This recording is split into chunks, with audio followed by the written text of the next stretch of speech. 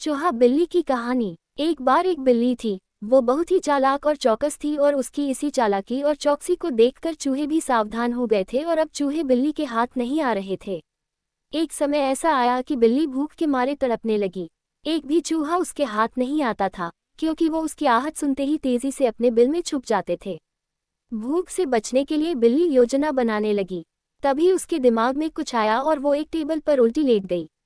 उसने सभी चूहों को ये सोचने पर मजबूर कर दिया कि वो मर चुकी है। सारे चूहे बिल्ली को ऐसे लेटा हुआ अपने बिल से ही देख रहे थे। उन्हें पता था कि बिल्ली बहुत चालाक है, इसलिए उनमें से कोई भी चूहा अपने बिल से बाहर नहीं आया। लेकिन बिल्ली भी हार मानने वालों में से नहीं थी। वो बहुत देर तक उसी टेबल पर उल्टी लेटी रही। धीरे धीरे चूहों को लगने लगा कि बिल्ली मर चुकी है। वो जश्न मनाते हुए अपने बिल से निकलने लगे।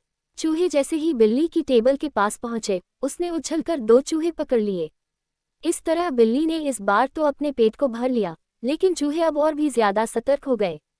2 चूहे खाने के बाद बिल्ली दोबारा भूख से तड़पने लगी, क्योंकि चूहे अब बिल्कुल भी लापरवाही नहीं बरतना चाहते थे। इस बार पेट भरने के लिए एक बार फिर बिल्ली को योजना बनानी थी।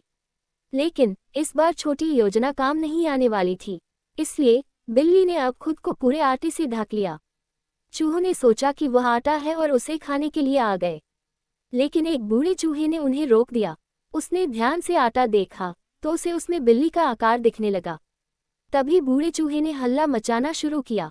उसने कहा, सब अपने बिल में चले जाओ, यहाँ आटे में बिल्ली छुपी है। बूढ़े चूहे की बात सुनकर सारे चूहे अपने बिल में चले गए।